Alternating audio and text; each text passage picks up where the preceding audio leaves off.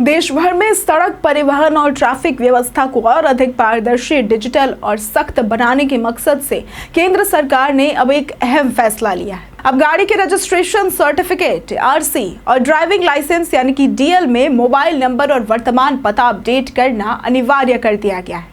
इसके लिए वाहन मालिकों को 3 महीने का समय दिया जाएगा और इस अवधि के बाद भी अगर ये अपडेट नहीं किया गया तो आरसी, डीएल और प्रदूषण सर्टिफिकेट का नवीनीकरण नहीं किया जाएगा।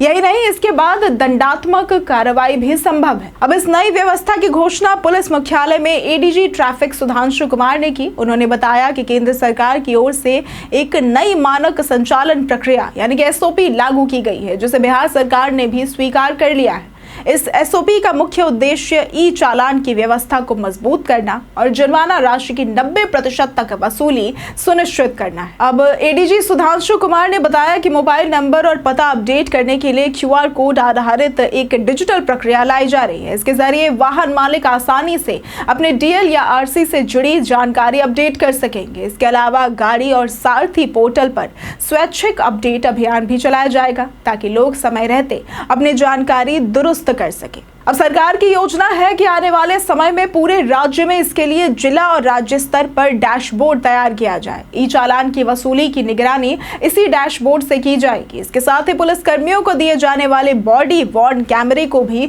इसी डैशबोर्ड से जोड़ा जाएगा ताकि चालान प्रक्रिया में पारदर्शिता बनी रहे। अब इसके अलावा जो एक अहम बदलाव हुआ है वो ये कि अब मोबाइल से ली गई फोटो के आधार पर ई चालान नहीं काटा जाएगा। नई एसओपी के मुताबिक अब किसी भी ट्रैफिक उल्लंघन पर जारी चालान की सूचना 3 दिनों के भीतर एसएमएस या फिर व्हाट्सएप के जरिए भेजी जाएगी और 15 दिनों के भीतर भौतिक रूप से नोटिस भी दिया जाएगा।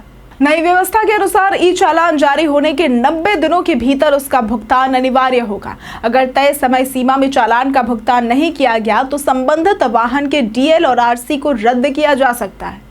इतना ही नहीं, चालान की तय समय सीमा समाप्त होने से 15 दिन पहले ही नोटिस जारी कर दिया जाएगा कि अगर अब भी भुगतान नहीं हुआ तो कार्रवाई शुरू हो जाएगी। ऐसी स्थिति में वाहन को नॉट टू बी ट्रांजैक्टेड के रूप में चिन्हित कर दिया जाएगा और आरसी व डीएल को निलंबित या फिर रद्द कर दिया जाएगा।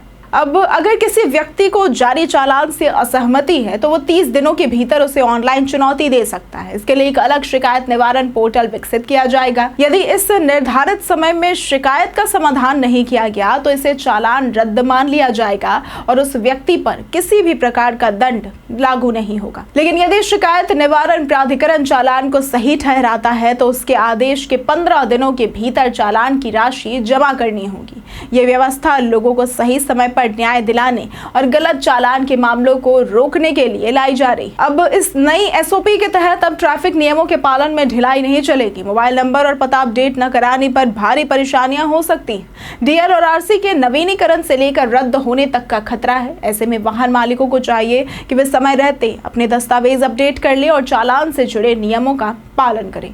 सरकार की यह पहल डिजिटल ट्रैफिक व्यवस्था की दिशा में एक सख्त लेकिन जरूरी कदम है। अगर आपको आज की ये वीडियो पसंद आई हो तो इस वीडियो को लाइक करें, ज्यादा से ज्यादा शेयर करें और हमारे चैनल को सब्सक्राइब करना न भूलें। आज के लिए सिर्फ इतना ही। वीडियो हमारे साथ बने रहने के लिए धन्यवाद।